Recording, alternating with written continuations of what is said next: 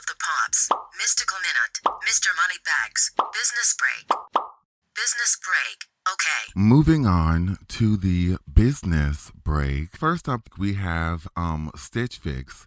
Stitch Fix was founded in 2011 and is currently headquartered in San Francisco, employing about 8,000 people worldwide.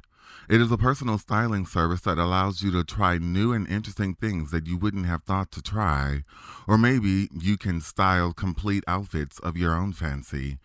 Some of the highlights for Stitch Fix this year is they have 3.3 million active clients this year, although that's down from 3.7 million this time last year. You know, a true tragedy. They had a $31.2 million operating loss. And to try and cover this a little bit, they did job cuts. But, you know, it's only a short-term fix. They're employing about 6,200 stylists. So of the company, 8,000 that they have employed, about 6,200 are the stylists. And so this year they reported a sales of $376 million, and that's down from $1.7 billion last year. So, I mean, they took about a loss of about a half this year. But, I mean, I would love to underscore the fact that this is a company that benefited from COVID. Like, during COVID, you couldn't go to the mall. So you're like, yeah, Stitch Fix is a really good idea. But now, you know, you're back to being able to buy things and go places. So maybe, you know, you let the Stitch Fix fall by the wayside a little bit. And I think that we should account for that adjustment. You know, it's not anything that's really wrong with Stitch Fix. We're just going to have to take this adjustment seriously and, you know, give them a little bit of room. Let them live their best lives. Next up in our business break, we have Instacart.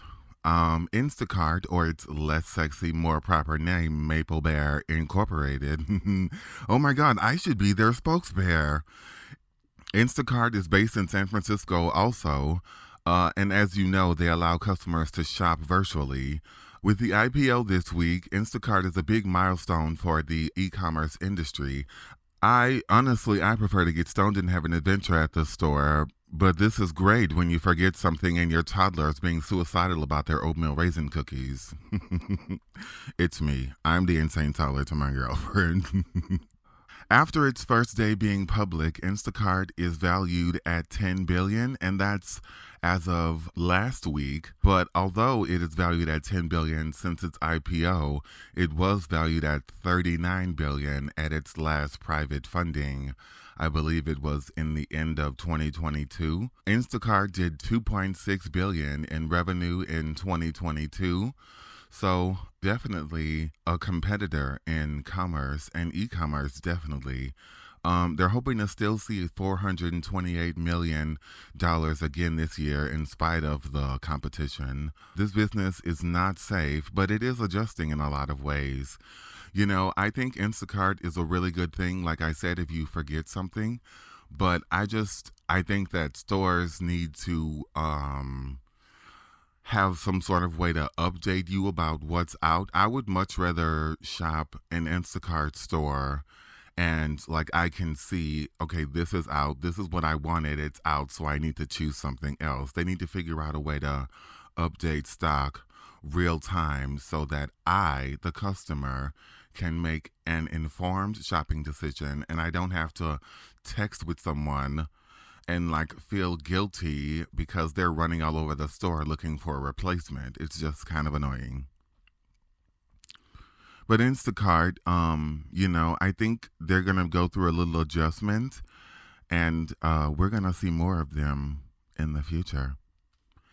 Next up, we have FedEx. FedEx, or FDX Corporation, is an American conglomerate focused on transportation and business services. It's based in Memphis, Tennessee, and was founded in 1971. Oh my God, I bet there's so many country singers who are working at FedEx at the main location, just trying to make it one more day, writing their songs about heartbreak and growth in their truck in the mud.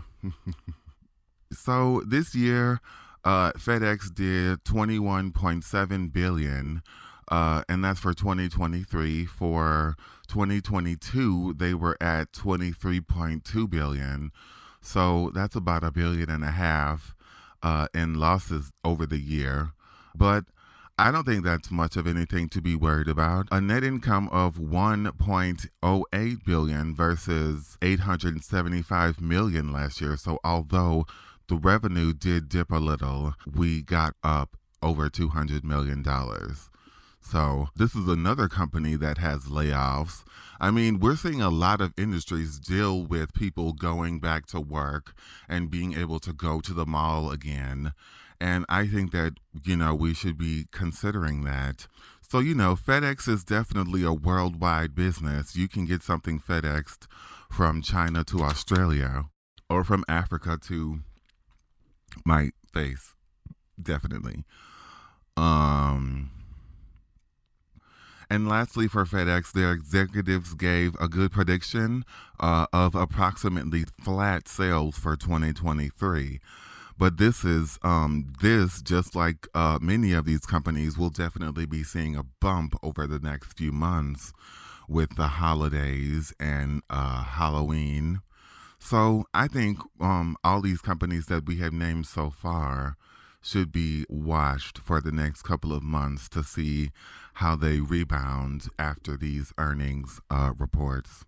Lastly, for the business break this week, we have Old Dominion Freight Lines. Old Dominion Freight Lines is an American national LTL company.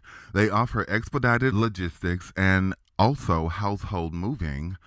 They are also global, serving almost the whole world. It was founded in 1934 by Earl Congdon and his wife, Lillian. So this year for Old Dominion, I scrolled through and I chose Old Dominion because I just love that name so much.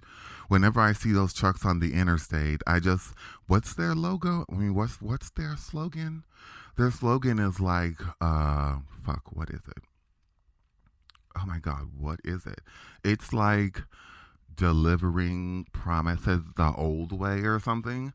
And it's just like super fun. And I just love it. They have I think they have like 3 that they have on the trucks. But I just love their slogans. So yeah, Old Dominion Freight Lines, established in 1934. They did $6.26 billion in revenue in 2022. I don't think they reported 2023 yet. And then it was $5.25 billion in 2021. So a clean billion over the year. They have 22,000 full-time employees, and that's not considering what could be like contract drivers and part-time workers. 256 service centers in 48 states. So that's pretty massive. About $45 billion market cap at the time of this report. So, I mean, they're like right up there with FedEx. And like, since I looked at this, I had no idea they're actually making more than FedEx.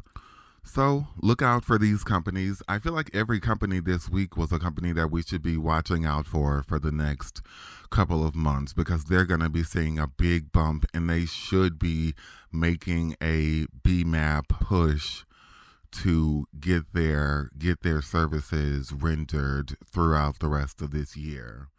And speaking of BMAP,